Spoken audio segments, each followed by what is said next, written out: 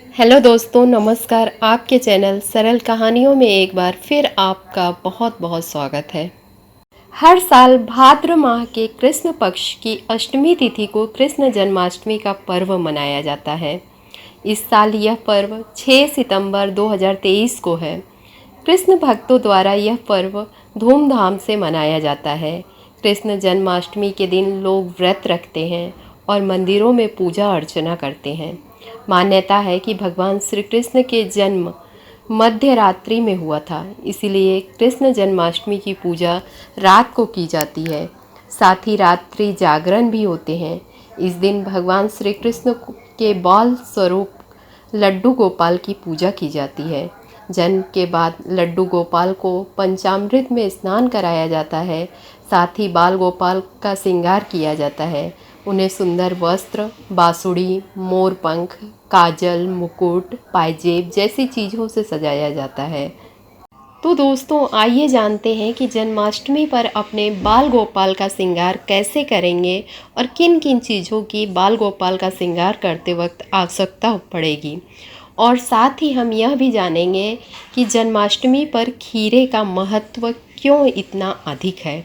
जन्माष्टमी के मौके पर बाल कृष्ण के लिए वस्त्र आवश्यक होता है। कृष्ण जन्माष्टमी के दिन आप पीले, हरे, लाल, मोरपंखी रंग के वस्त्र पहना सकते हैं।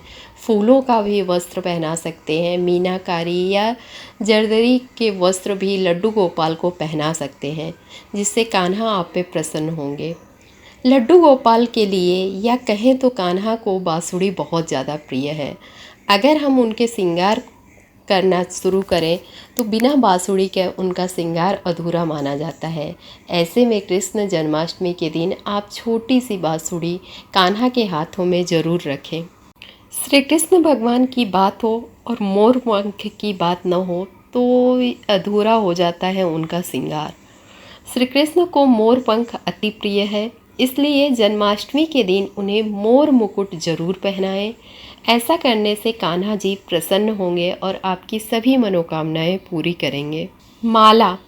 जन्माष्टमी पर लड्डू गोपाल को मोतियों का माला या फिर वैजयंती माला जरूर पहनाएं। आप चाहें तो पीले या लाल फूलों से बने माला भी कान्हा को पहना सकते हैं। आपकी इच्छा और आवश्यकता के अनुसार जो भी आपको सही लगे वह माला आप लड्डू गोपाल को पहना सकते हैं। किसी भी पूजा में बिना टीका के पूजा अधूरी हो जाती है। उसी तरह श्री कृष्ण जन्माष्टमी के दिन भी बाल गोपाल के माथे पर रोली या चंदन का टीका जरूर लगाएं, जिससे आपके जीवन में शीतलता आएगी। कड़े और बाजूबंद।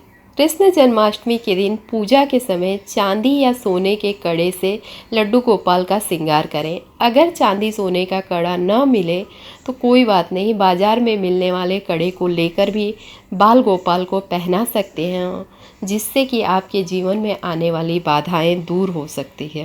कृष्ण जन्माष्टमी के दिन कृष्ण कन्हैया के कानों में सोने, चांदी और मोती से बने हुए कुंडल जरूर पहनाइए। और बाज़ार में तरह तरह के बहुत ही सुंदर कुंडल मिलते हैं, जिसे आप लेकर कृष्ण कन्हैया के कानों में ज़रूर पहनाइए। पायजेब और कमरबंद भी कृष्ण कन्हैया को पहनाना चाहिए। उनके श्रृंगार में पायजेब का महत्व बहुत अधिक है। भगवान श्री कृष्ण की कृपा पाने के लिए चांदी से बने पायजेब या पायल बाल गोपाल के चरणों में ज़रूर पहनाएं। साथ ही कमर में कमरबंद पहनाएं। अगर चांदी का न मिल सके तो कोई बात नहीं, बाज़ार में मिलने वाले पायजेब और कमरबंद को लेकर जरूर बाल गोपाल को पहनाएं। कृष्ण जन्माष्टमी की पूजा करते समय कृष्ण भगवान के कानों में उन्हें कुंडल अर्पित करिए। सोने, चांदी या मोती से बने कुंडल जरूर पहनाइए।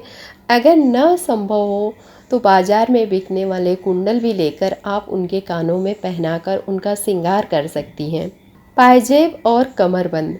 भगवान श्री कृष्ण की कृपा पाने के लिए चांदी से बने पायजेब या पायल बाल गोपाल के चरणों में ज़रूर पहनाएं।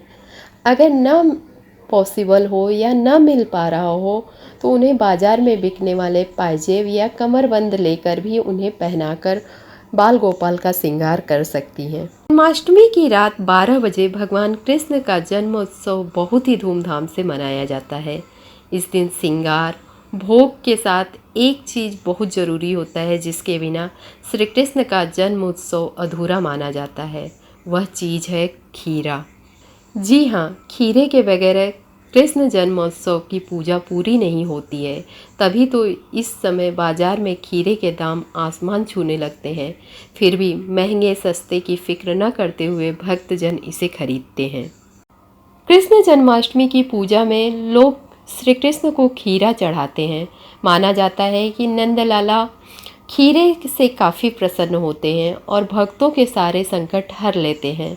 इस दिन ऐसा खीरा लाया जाता है जिसमें थोड़ा सा डंठल और पत्तियां होनी चाहिए। मान्यताओं के अनुसार जन्मोत्सव के समय इसे काटना शुभ माना जाता है। आपको बता दें कि जिस तरह एक माँ की कोख में बच्चे के जन्म के बाद माँ से अलग करने के लिए गर्भनाल को काटा जाता है, ठीक उसी तरह खीरे और उससे जुड़े हुए डंठल को गर्भनाल मानकर काटा जाता है, जो कि कृष्ण को माँ देवकी से अलग करने के लिए काटे जाने का प्रतीक माना जाता है। खीरा काटने की इस विशेष प्रक्रिया को नाल छेदन कहते हैं। जन्माष्टमी पर खीरे को काटने की इस प्रक्रिया को नाल छेदन के नाम से जाना जाता है। इस दिन खीरा लाकर कान्हा के झूले या फिर भगवान कृष्ण के पास रख दें। जैसे ही 12 बजे यानी भगवान कृष्ण का जन्म हो, उसके तुरंत बाद एक सिक्के की मदद से खीरा और डंठल के बीच से काट दें। इसके बाद शंख जरूर बजाएं। बाकी बिहारी को प्रसाद के रूप में खीर का भोग लगाएं। ऐसा माना जाता है कि इस दिन खीर का भोग लगाने से भगवान कृष्ण बेहद प्रसन्न होते हैं और भक्तों के सभी कष्ट हर लेते हैं। पूजा के बाद इस खीर को लोगों में प्रसाद के रूप में बांट दें और खीरे को भी प्रसाद के रूप में काट कर बांट दें।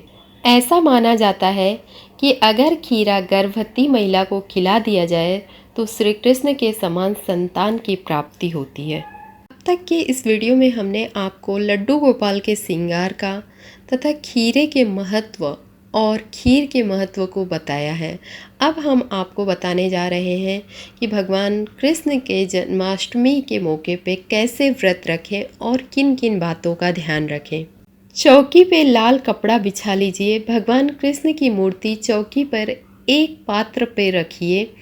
अब दीपक जलाएं, साथ ही धूप बत्ती को जला लीजिए। भगवान कृष्ण से प्रार्थना करिए, हे भगवान कृष्ण कृपया पधारिए और पूजा ग्रहण कीजिए। कृष्ण को पंचामृत में स्नान कराइए, फिर गंगा जल में स्नान कराइए। अब श्री कृष्ण को वस्त्र पहनाएं और श्रृंगार कीजिए। भगवान कृष्ण को दीप दिखाएं, उसके बाद धूप दिखाएं, अष्टगंध चंदन या रोली का तिलक लगाएं, साथ ही अक्षत चावल का भी तिलक जरूर लगाएं। माखन, मिश्री और अन्य भोग सामग्री अर्पित कीजिए और तुलसी का पत्ता विशेष रूप से अर्पण कीजिए, क्योंकि भगवान कृष्ण को तुलसी बहुत ज़्यादा प्रिय है। साथ ही पीने के लिए गंगा जल रखें। अब श्री कृष्ण का इस प्रकार ध्यान कीजिए कि श्री कृष्ण बच्चे के रूप में पीपल के पत्ते पे लेटे हैं और उनके शरीर में अनंत ब्रह्मांड है और वे अंगूठा चूस रहे हैं। श्री कृष्ण भगवान का बच्चे के रूप में पीपल के पत्ते पे लेटे हुए हैं। इस प्रकार आप कृष्ण का ध्यान कीजिए। उनके शरीर में अनंत ब्रह्मांड है और वे अंगूठा चूस रहे हैं। इसके साथ ही कृष्ण का नाम का अर्थ सहित बार बार चिंतन कीजिए। कृष्ण का अर्थ होता है आकर्षित करना और अड़ा का अर्थ होता है परमानंद या पूर्ण मोक्ष। इस प्रकार कृष्ण का अर्थ है वह जो परमानंद या पूर्ण मोक्ष की ओर आकर्षित करता है, वही कृष्ण है। मैं उन श्री कृष्ण को प्रणाम करता हूँ या करती हूँ, वे मुझे अपने चरणों में अनंत भक्ति प्रदान करें। विसर्जन के लिए हाथों में फूल और चावल लेकर चौकी पे छोड़ दें और कहें, हे भगवान कृष्ण, पूजा में पधारने के लिए आपका धन्यवाद। कृपया मेरी पूजा और जप ग्रहण कीजिए और पुनः अपने दिव्य धाम को पधारिए। पूजा के पश्चात यह कहना अति आवश्यक हो जाता है, श्री कृष्ण जन्माष्टमी पे बने दुर्लभ संयोग से पूजन में विशेष महत्व बन जाता है। निर्णय सिंधु नामक ग्रंथ के अनुसार ऐसा संयोग जब जन्माष्टमी पे बनता है तो इसे खास मौके पे ऐसे ही गंवाना नहीं चाहिए। अगर आप भी इस तरह के संयोग में व्रत रखती हैं या रखते हैं तो 3 जन्मों के जाने अनजाने में हुए पापों से मुक्ति मिलती है। मान्यता है कि इस तिथि पर संयोग में भगवान कृष्ण का पूजन करने से भक्तों की सभी मनोकामनाएं पूरी हो जाती है। व्यक्ति को भागवत की कृपा प्राप्ति होती है। जो लोग कई जन्मों से प्रेत योनि में भटक रहे हैं, इस तिथि पे उनके लिए पूजन करने से उन्हें मुक्ति मिल जाती है। इस संयोग में भगवान कृष्ण का पूजन से सिद्धि की प्राप्ति होगी तथा सभी कष्टों की मुक्ति मिलेगी। तो दोस्तों, ये थी जन्माष्टमी से जुड़ी हुई तमाम बातें। इस वीडियो में मैंने भगवान कृष्ण के श्रृंगार से लेकर भगवान कृष्ण को खीरा क्यों पसंद है और इस खीरे का क्या महत्व है, साथ ही भगवान कृष्ण की पूजा विधि क्या है, इन सभी जानकारियों को देने की कोशिश की। साथ ही 2023 में कौन सा संयोग बन रहा है जो हमारे लिए अति लाभदायक होगा।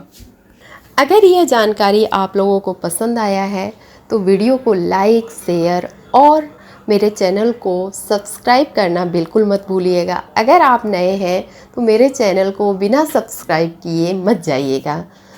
फिर मिलते हैं किसी रोचक तथ्यों के साथ। तब तक के लिए धन्यवाद।